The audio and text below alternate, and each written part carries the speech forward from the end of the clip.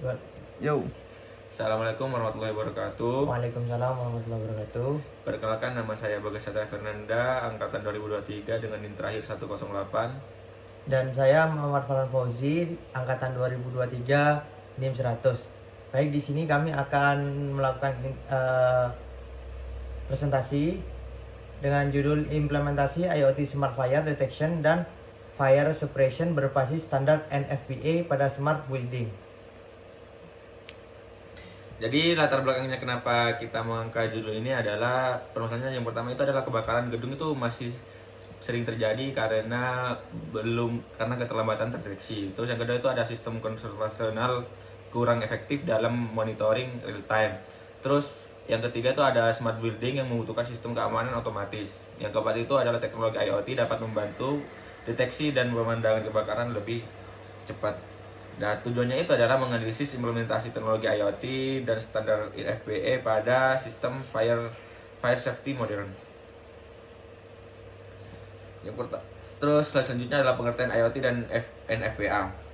Internet of Things atau IoT adalah teknologi yang menghubungkan perangkat melalui internet untuk monitoring dan kontrol otomatis. Yang kedua itu adalah NFPA. NFPA itu adalah National Fire Protection Association, adalah standar internasional keselamatan kerja. Standar yang digunakan itu adalah NFPA 72 Fire Alarm System, NFPA 13 Sprinkler System, dan NFPA 101 Life Safety Code.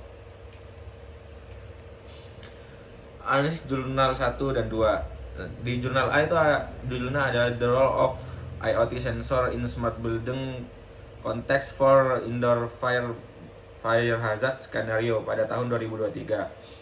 Pembahasannya itu adalah menggunakan sensor IoT pada smart building, sistem mendeteksi asap, suhu, dan gas secara real time, data dikirim ke cloud monitoring system, fokus pada mitigasi kebakaran indoor. Hasilnya adalah deteksi lebih cepat, monitoring lebih akurat, dan efektif untuk smart building modern. Terus di jurnal B itu ada judulnya Design and Implementation of IoT Enable Intelligence Fire Detection System pada tahun 2023. Pembahasannya itu adalah menggunakan multisensor dan intelligence sistem melakukan analisis otomatis terhadap kondisi kebakaran dan mendukung anatomic response system. Hasilnya adalah meningkatkan efisiensi pemadaman, mengurangi human error, dan respons sistem lebih cepat. Next. Selanjutnya adalah perbandingan kedua jurnal.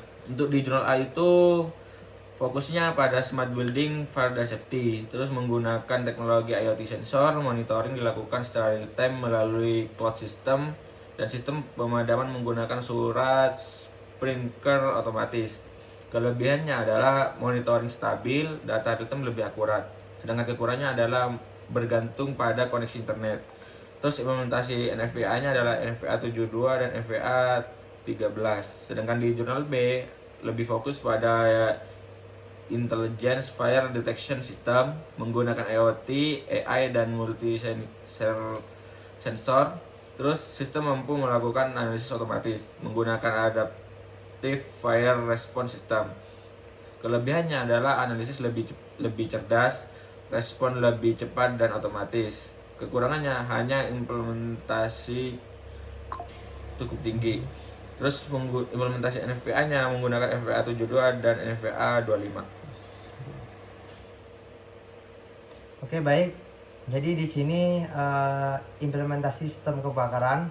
Jadi kami implementasi sistem kebakarannya itu cara kerjanya yang pertama adalah sensor itu mendeteksi asap dan juga panas. Yang kedua, kemudian data itu dikirim ke server atau disebutnya dengan cloud. Kemudian sistem menganalisis kondisi. Setelah itu alarm aktif otomatis. Yang terakhir sistem pemadam baru bekerja.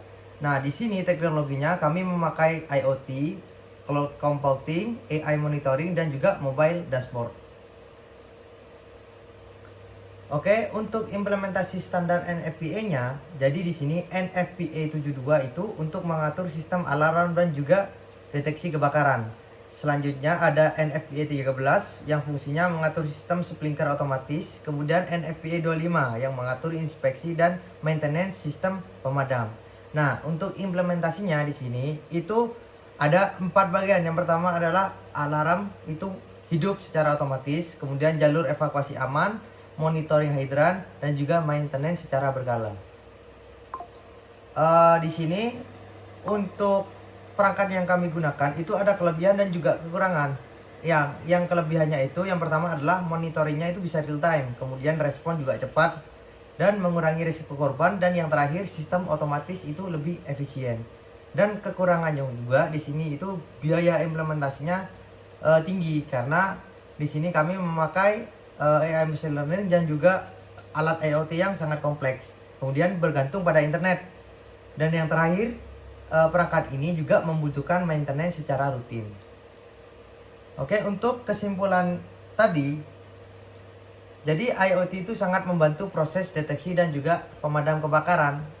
Yang kedua, integrasi NFPA meningkat standar keamanan. Kemudian Smart Fire Safety efektif diterapkan pada smart building. Sistem otomatis mampu meminimalisir kerugian dan juga korban. Nah, saran dari kelompok kami, jadi pengembangan AI dan juga predictive fire monitoring itu perlu ditingkatkan dalam pemadam kebakaran ini. Oke, mungkin untuk referensi judulnya kami memakai 2 jurnal. Yang pertama dengan judul The Role of IoT Sensor in Smart Building Context for Indoor Fire Hazard Scenario, a Systemic Review of Interdisciplinary Articles, yang diterbitkan pada tahun 2023. Kemudian yang kedua, kami memakai jurnal dengan judul Design and Implementation of IoT Enabled Intelligent Fire Detection System, yang juga diterbitkan pada tahun 2023. Mungkin itu saja dari kami. Mungkin ada salah kata dan bahasa, mohon maaf sebesar-besarnya. Assalamualaikum warahmatullahi wabarakatuh. Waalaikumsalam warahmatullahi wabarakatuh. Wis.